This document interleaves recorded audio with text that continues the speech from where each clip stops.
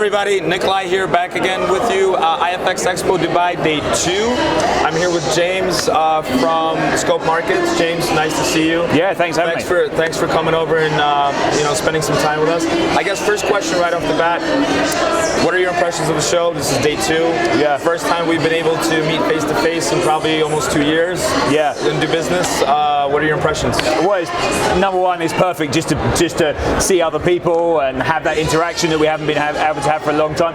Everyone knows more business gets done this way. I mean, your introductions to everyone. So, and there's just this general feeling here that everyone's just happy to be here, you know, rather than dragging in a second day and people looking tired. It's actually people are just happy to be here. Usually you come day 1, day 2, I'll come at halfway through. Right. But now today everyone's fairly happy. So it's been really good. And I think relieved also, you know, like finally we're back. Exactly. Like we're finally back. Exactly right. Great. Tell me more about Scope Markets. Kind of what regions are you guys working in?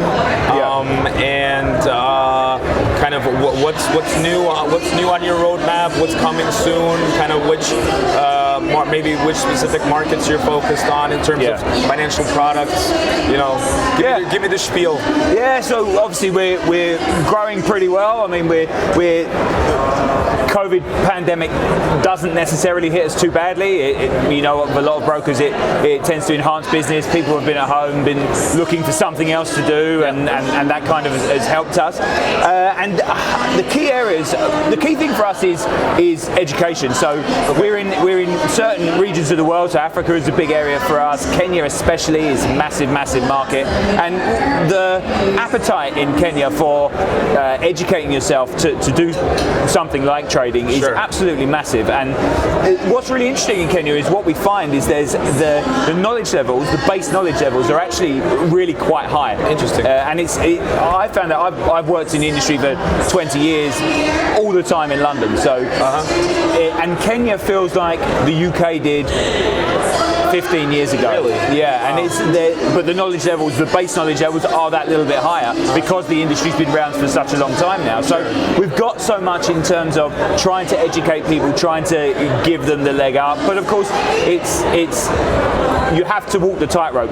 Regulation is so strict in a lot of those African countries, and people don't necessarily get that idea that they are. There is the misconception a lot of time that you can go to Africa and pretty much do what you like. Correct. But Kenya is so tight in its regulation, so we're pushing a lot through there. South Africa is another one where we've just got a big license, but it's not just Africa. We're looking into the Far East as well, Southeast Asia, Vietnam is a big area for us as well. And again, it's that what we're trying to do is position ourselves as an education first. So we want to give people that knowledge. We have a team of analysts, and I mean, like everyone does, you know, but in a lot of these areas, like South Africa, brokers are still charging for education, which we're not doing. And of course, a lot of places haven't been doing that for a long time. South Africa is one of them where they still do. And again, the same in China, Vietnam is the same. So we're trying to really offer that, walk the tightrope between offering the free education without, because clients almost want to pay for the education because they feel like they're getting something above what the broker will give them. Right. Yes. So they think, and it's always been that, right? There's always been that idea of if I pay 20 grand for it, it must be amazing. Must be good. Yeah, exactly. So we try and that's the angle we're trying to go for. We are pushing towards that, but the business is running well in those areas. There's a lot of appetite, and as I say, the appetite for education is higher than the appetite for accounts. Right. But we find that once the education levels go up, you tend to get in. So when we get to these areas, we're pushing a lot of education without a lot of return, but we're kind of fine with that because we know that those levels come in. It's going to catch up, right? and it grows our brand by giving the education. Absolutely. And that's what we need to do. And considering all of these things that you're doing there, South Africa, I would imagine you would have a local presence staff. In Kenya as well, like there's a team of people out there on the ground. Absolutely. Kenya is actually our biggest office outside of Cyprus. So wow. Kenya is big. I think there's around 80 odd people there now. So it's a big operation. The sales desk is going well, and just because the appetite's there. So we had actually just before COVID, January 2020, we had our plan was to do a lot of big events. So we hosted an event in Nairobi. We had 450 people turn up to that, and it was an amazing event. And we kind of got really excited that was going to be the roadmap. That's how we were going along. And of course, the world put and stop then the world to that. shut down. Yeah, exactly. So ideally, we're going to keep pushing with those things as we gradually open up again. Being here, being the first step, it's amazing for us to be able to finally get back out to Vietnam, get to Kenya, get to South Africa, and meet our clients again. You know? Yeah, absolutely. Can we talk about crypto? Absolutely. You're the chief market analyst, right? Let's go. You saw what happened yesterday. What happened yesterday? I'm not a market analyst. No, absolutely. Give me your rundown. I mean, and then I have, depending on what you say, I'll have some follow-up questions for you. I mean, it's such a broad topic. I know. Do you know what? There's so many broad reasons as to why these things are happening. You can take the simplistic view and go, well, it's a correction in the market that's been absolutely flying, right? And the simplistic view is to say, okay, well. And that's what every crypto enthusiast wants you, or every long crypto enthusiast wants you to say, is it's a blip. You buy in, and we go back up. You buy the dips, right? It's okay, everything's fine. But there is fundamental issues behind it. I think the environmental aspect is actually a really interesting one. Okay. So obviously Elon Musk, the one that he raised, Musk raised. Yeah. So it's a really interesting one, and we don't know Elon Musk's ulterior motives, or why, or when, or why he's doing it as well. Yes. Yeah, there are motives behind that, but I think we know that crypto is the future of payments, is the future. I think there's no doubt behind that. I don't feel. Sure. It's when a big company, apart from Tesla, says we're going to offer it as a payment solution. Right. Now, with that environmental aspect, for me, you have a very simple question, which is very difficult for an Apple, Amazon to answer, which is, do you say, yes, we're going to support the future of financial payments, and say, we don't care about the environment? Which is, of course, a very simplistic way of putting it, but is the basic argument because of the PR story that you get behind it, if you buy into what Elon Musk is saying around it, which, of course, has merit. So, again, what Elon Musk does is up to him, But what I also find interesting is that continuous argument between the crypto enthusiasts, the Twitter world, and that fight with Elon Musk, where they're kind of imploding the whole thing themselves. Right. They all want it to go up, they all want it to be successful, yet the continuous barrage of hatred between the two sides is implodes the whole thing. And then that snowballs, it turns into stocks, it turns into major markets, and crypto's full, and that's where you are. So, in other words, everything is now so interrelated. Those traditional assets and things like that. And you bring up an interesting point with the environmental part of it. I've heard somewhere, I'm not sure if that's true or not, that Ether or Ethereum actually takes a lot less resources to, I guess, mine one. But I found it interesting that Musk basically said, it's because Bitcoin it takes too many resources, and I'm like, but if it's true that Ethereum takes much less, why aren't you mentioning Ethereum?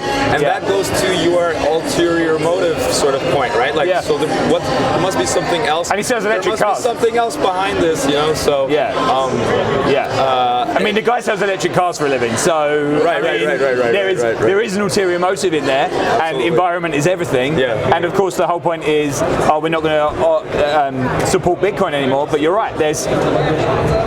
It's not like the only way that this is going to work is that you have Bitcoin, and then you have another option where there isn't anything else to offer, which is not which isn't an energy saving way to do it. And it's not like someone's going to not turn around and suddenly go, here's a way that we can do it a lot more energy sufficient. So that's always going to happen. So it's a blip to cut a long story short. And to go back to what I said in the first point, it's a correction in something that's been going up, and eventually will come back. So I've recently seen some data that suggests that essentially traditional markets like FX and your traditional CFDs, if we compare the last 2 years, 2020 and 2021, we sort of see volatility and trading volumes for those traditional asset classes kind of taking a dip, or let's say a bigger dip than, let's say, crypto has had. Crypto's had a much smaller dip 2020 to let's say year to date 2021, and obviously in 2020 COVID was the major factor. Do you think that this may be part of a trend in the sense that the retail traders, the meme traders and things like that are maybe less sort of attracted to these, maybe even we can call them boring, right? Asset classes, which again are not covered in mainstream media as crypto is, and things like that. And obviously FX will never sort of wither away, still most traded market in the world. But do you think that this is an actual trend, and if it is, where do you think it's going? Well, I think the whole retail trader movement is amazing. The meme traders are amazing to show just the power of the retail trader. For years, I've been in this industry 20 years, and one of the arguments that people always put in is how my trades mean nothing. My $1 trade here, even if you go back to spread betting days, my £1 a point here doesn't make any difference to anyone. What does it mean? It doesn't mean anything. How do I connect to the market? Well, this shows you exactly how you connect to the market. You have a massive part in this market. Retail is enormous, and the retail traders have power. Yeah, okay, on your own, your one trade doesn't make any difference. But look at the power of what you can do. You can reinvigorate dead companies, basically, which is what has happened. And companies that were gone. And influence what happens on their boards. Exactly. Right? You turn them into something completely different. So there's so much power there. Now that's only good from a PR point of view for a brokerage. Right. But there's also, you're right, there is a change in the volume side of things. So traditional stocks and shares, okay, from the meme traders' point of view, there is a focus on that stocks-wise, US based. But you look everywhere else, there is a want for things that aren't in the mainstream media, things that people on with their Bloomberg, things that Wall Street are looking at, things that Wall Street aren't looking at. Right. Is the idea, right? Why do I want to trade what Wall Street's looking at? Well, the Wall Street are crooks, right? That's the argument. But for us in that space, there is a kind of way to say, fine, you trade what you want, we'll just offer it to you.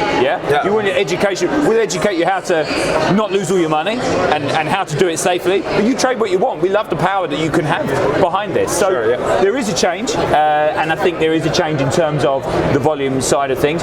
Forex will always be there, there will always be massive volume within Forex, but cryptos, of course, is what everyone wants to trade. So the more cryptos you offer, I mean, it was only a year ago, even 6 months ago, where people were offering 3-4 cryptos. You can't offer 3-4 cryptos now. You've got to offer 30. You've got to have everything, and it goes back to the days when Forex first came about. You couldn't just offer euro dollar because people wanted to trade dollar mex or euro mex or dollar tri, whatever it is. So you have to have that situation where you're offering those things, because the volume.